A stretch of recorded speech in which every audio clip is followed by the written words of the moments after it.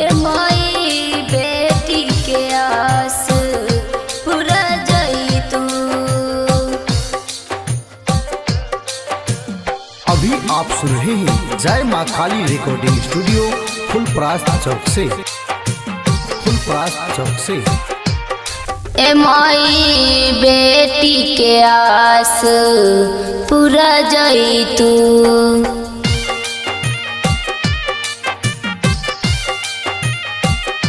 ए माई बेटी के आस पूरा जाई तू। सोचल सपना तू माई हो पूरा जाई तू। सोचल सपना तू माई हो पूरा जाई तू। ए माई बेटी के आस पूरा जाई तू। ए माई बेटी के आस पूरा जाई तू। ए माई बेटी के आस पूरा जाई तू। म्यूजिक डायरेक्टर चंदेश्वर पंडित। म्यूजिक डायरेक्टर चंदेश्वर पंडित।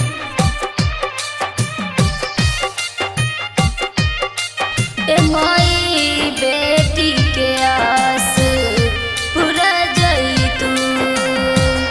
लागल रहे आस माई चरणों में रही थी। कब के पूजा पाठ पुन हमहू कमैती। कब के पूजा पाठ पुन हमहू कमैती। पूजा करे के ना दिल तुमका चुप के से चल गइलो दे के तू धोखा।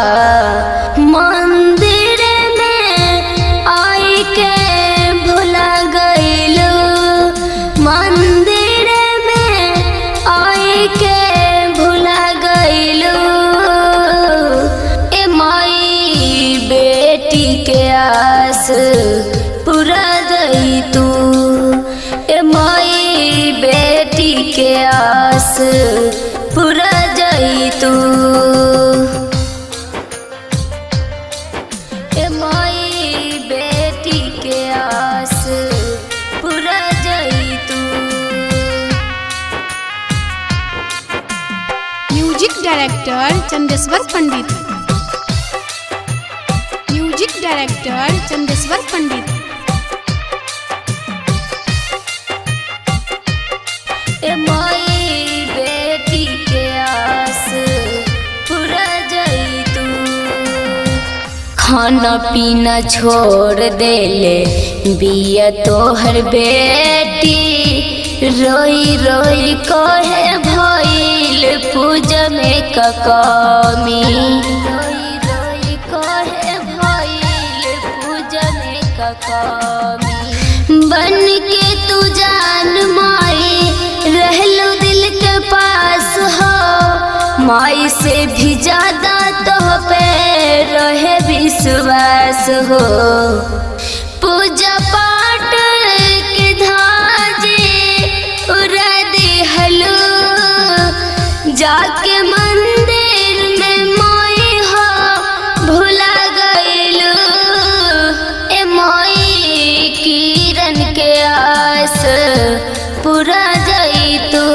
ए माई पूजा के आस पूरा जाई तू।